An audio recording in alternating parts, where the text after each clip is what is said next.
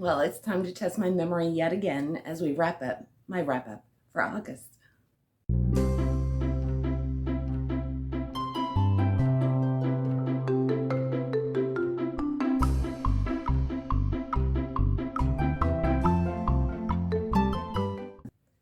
Hi y'all, I'm Allison, and this is my last batch of books that I read in August.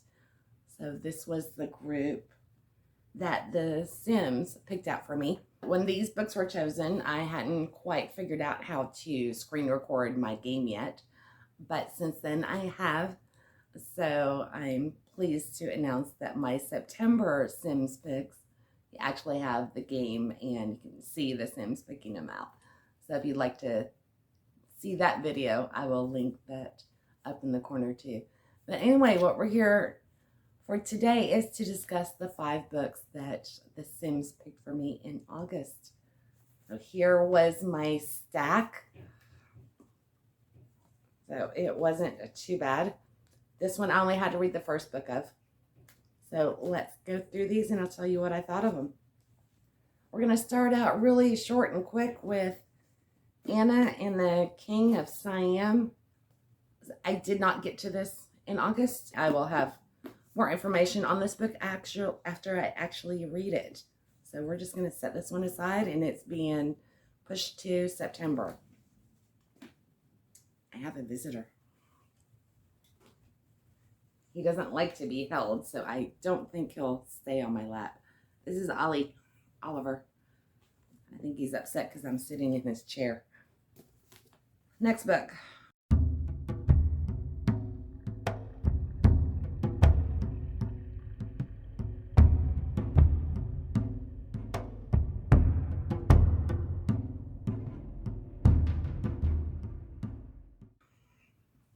War Curiosities, Strange Stories, Oddities, Events, and Coincidences by Webb Garrison.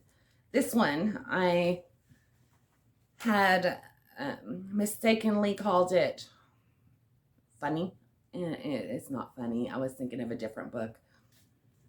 This is a nonfiction, and it does have photographs, illustrations all throughout it.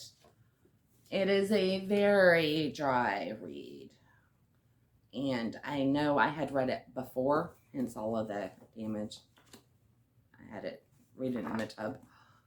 I guess I was really on a Civil War kick the first time, because this one, if I hadn't been doing a TBR game, I probably just would have read a little bit, put it down, forgotten about it, and it's probably what I did initially the first time, was probably read it in little snippets here and there. So this would be a great research source. The chapters are themed. So the wives did more than knit socks. The clergyman fought like hell. A little snippet paragraph about,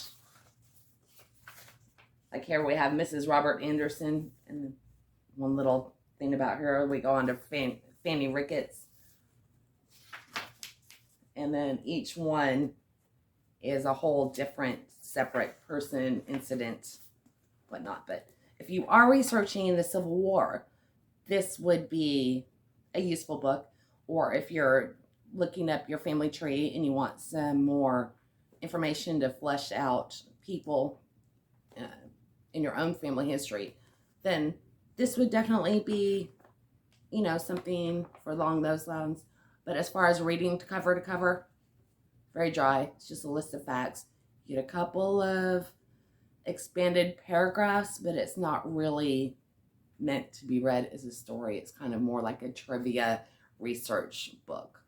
So anyway, I gave this one, I think I gave it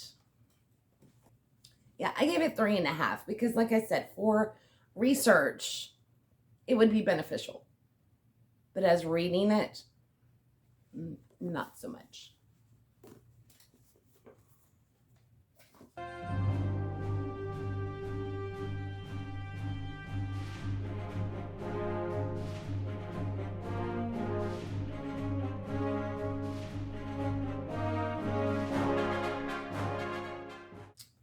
All right, moving on. We have have Caiphas Cain, Hero of the Imperium by Sandy Mitchell. This was picked for me by my son, and he wanted me to read there's a novella at the beginning, Fight or Flight, and then book 1 for the Emperor. So this is an omnibus. It's a bound of the first 3 books in the series. I did this one as an audiobook. It is narrated by Stephen Perrin and Penelope Rollins. So good. This is from Black Library. Now, you do not have to be a fan of Warhammer 40,000. This is like a video game or whatever. You don't have to know anything about the game. You don't have to know any of the lore. You can just go into these cold. The audiobook was so good.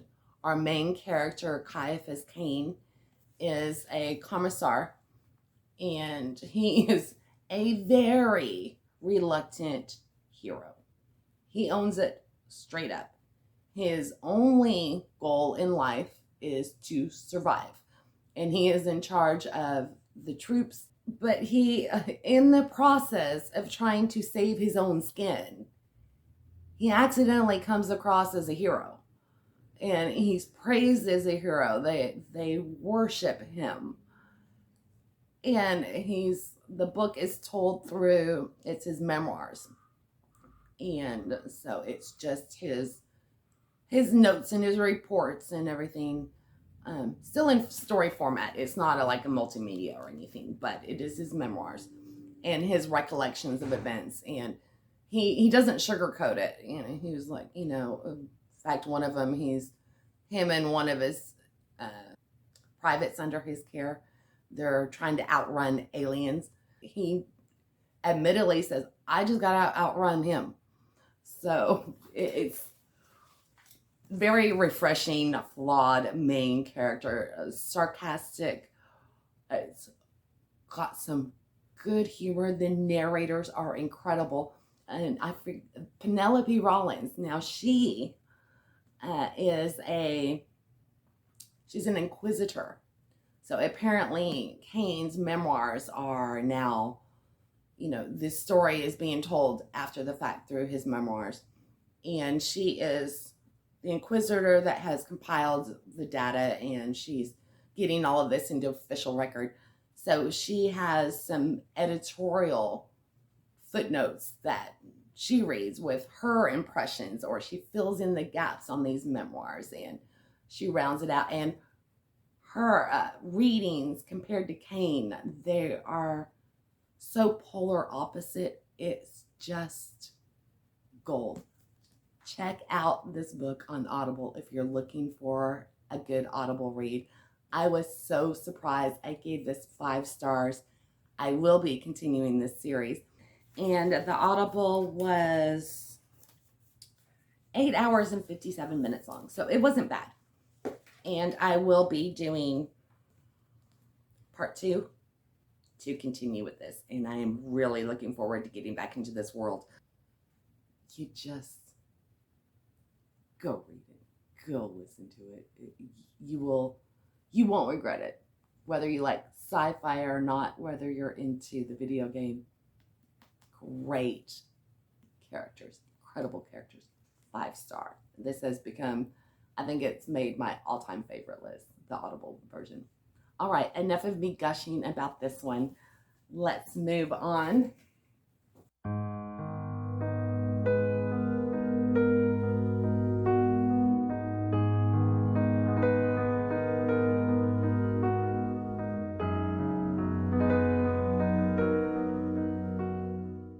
I had mixed feelings on this next one. Yeah, I gave this one 3 stars. This is Luck of the Titanic by Stacy Lee. Again, during the initial video when I picked this book, I don't know what I was thinking that day, but somehow I had it in my head that this was an alternate version of the events with the Titanic and that they actually made it to America. Wrong. This is a historical fiction, and the Titanic does not make it. It stays true to what actually happened. But in this version of it, we're getting the story from the perspective of some Chinese that were on board. Apparently, I think in the true records there were 6 or 8 Chinese on board, but their story has never been told. So Stacy Lee, I believe she's 4th generation Chinese American, so I guess this would qualify as their own voices. And apparently there was a Chinese Exclusion Act in America at the time, and the Chinese were not allowed to come to the country, which this is the first I've ever heard of that, so that's something I'll probably look into more later. But the book itself, well, all of that was interesting. We've got the acrobat angle. Our main character is, I had a lot to write on this one, and I typically write more on books that I don't enjoy then. I found it off-putting that the main character, Fulero, she spends a lot of time lamenting her brother's life choices, and it gets a little repetitive. There are some coincidence plot, just things in the book that don't really necessarily add anything to it other than, oh, well, this is a convenient way to, I don't want to give any spoilers, so I'm not going to give you specifics, but there's this whole subplot when on the surface looks okay, and it's well, that's, okay, that's pretty cool. But then it just kind of falls by the wayside, and it was what was the point in this to begin with? Because it served no purpose. And without telling y'all what I'm talking about, I can't really... You know what? I'm going to put up the little spoiler tag, because this was one of the issues that I had with the book. And it's not a huge spoiler. It just kind of gives away a little bit of it, but it will illustrate why this book only got 3 stars from me. So, okay, spoiler starts now, and I'll take it off whenever I'm back to general discussion. So she meets a character that's in first class. This woman just comes up to her and decides that she wants her to model her line of clothing. She's a designer. And so this woman just comes in, and she's on the premise of she had seen Fulero sneak on board. So she knows her secret. And she's like, I'll keep your secret as long as you wear my clothes and, mention House of July, which is her clothing brand. As long as you mention that and you're seen in the first class area, then I'll keep your secret. So she presents her with these gorgeous dresses, and the dresses are described, and to where you're just I want to feel that dress, I want to wear that dress. And Fulero wears it for 2 minutes, and then she's sneaking off back down to 3rd class again, and it's what's the point? The whole side line with the couture clothing, it missed the mark with me. I don't know if that was edited out, if there was supposed to be more to it, but it kind of drew me out of the story. It wasn't necessary, because she spends the majority of her time down in 3rd class with the other Chinese passengers on the boat. So, okay. Back to the general. It does give you a perspective on the differences that the Chinese had to, the treatment that they could have potentially experienced. So apparently there was a lot of xenophobia regarding the Chinese at this time from Britain, America, all countries. It wasn't, it was pretty universal. So But there's the book. I wanted to enjoy it more than I did. And by the time we got to the end, I was like, okay. I didn't care. Spoiler, the Titanic sinks. And I was not invested in that at all. And when the Titanic goes down, you should feel something for the people on the boat, in the water, something. And I just, yeah. So I give this one a 3-star. It may have been because I read this right after the Inheritance games, and I loved the Inheritance games. So this one might have kind of, by comparison, may have taken a hit. So I am going to keep it, and maybe in the future, if I get on a Titanic kick again, I might enjoy it better on a reread. But at this point, it's holding at a solid 3. I did like a lot of the writing. There was just some of it that, I kept getting pulled back out going, well, why? This isn't even necessary.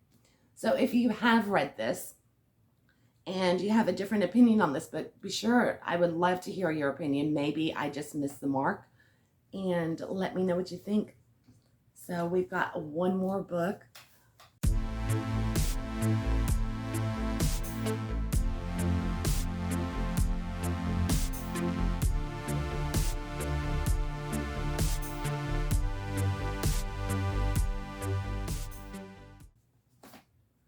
Which? Okay. Shadow and Bone. When I picked this book, I couldn't even remember the name, and I am a fan. So, since I have this collector's edition, it does not have a dust jacket, any blurbs, nothing about the book. And despite being a YouTube darling, and despite this book being talked about all the time in the Grishaverse and everything, I knew absolutely zero about it, except I kept seeing it. And honestly, it was a cover buy. I saw this at Barnes & Noble, and it's like, I want that book. So I bought it, and I read it cold, knew absolutely nothing about it, and was honestly not expecting to be. I'd heard so much hype, I'd heard it mentioned so many times. I was like, as long as it's okay, I'll be happy. I was blown away. I loved this story. First, I want to show y'all this edition. And I did see it at Barnes & Noble the other day. They still have them there if anybody wants one of these. But it has this beautiful drawing of the white stag. And then the drawing illustrations on the edge of the, and then you got your map. But all of the pages have this beautiful decorative border. I'm hoping, not reading glasses, I can't tell if it's focus or not. So yeah, see it's got the border, and again, to make sure it's focused, I'll show you isn't that gorgeous? And then at the chapter, at the beginning of the chapters, you also have this at the top. So it's just a beautiful edition. Love it. And it has a ribbon bookmark as well. I just wish I could get books 2 and 3. I hope they come out with 2 and 3 in the collector's edition too. I doubt it, but I really hope they do. So, 5-star. I devoured this book. So good. The world building, the magic system, the main characters, they're all beautifully done. I really like Leigh Bardugo's writing style. It, at no point was there an information dump, even when describing the different magic system, which you have summoners, and our main character, or the main 2 characters, Alina and Mal, and then we have the Darkling. You've got court intrigue, You've got Mal as a tracker. Alina, she is a cartographer. She's a map maker. And then all of a sudden, things happen and her whole life changes in an instant. And she's thrust into this new world that or this new role that she's not quite, she doesn't know what to think of it. But I don't want to give anything away, and I don't want to say too much because, like I said, I went into it completely blind, and I think that's how the hype around this book didn't, it wasn't built up so much that I was expecting. I just kept hearing its name. I can tell you, get it, read it. Even if you just get it from the library, I bet you'll be hooked and you'll want to go out and get it. I am reading part 2 in September. That's how much I loved it. So out of the books I read for this group, I had two clear out of the park winners. And they couldn't be more different. The Shadow and Bone is more like a medieval horse-drawn carriage kind of, well, not horse, but definitely more a medieval setting with horses for transportation, no technology, anything like that. And then you get all the way to the super futuristic, Caiphas Cain world. Incredible. The others, good for research. Maybe if you're into, this might have just been read at the wrong time. It wasn't bad, it just wasn't great. And Anna and the King, it's slow to start, but I'll be reading that this month. So anyway, that was it for August. I'm done wrapping up my wrap-ups. So if you want to see the other 2 groups that I did this month, I will have it all linked up in the corner. And like I said, if you've read any of these or if you're intrigued by them, chat with me down below in the comments. That's what we're here for. So let's talk books. Anyway, y'all have a great one, and I will catch you next time. Bye now.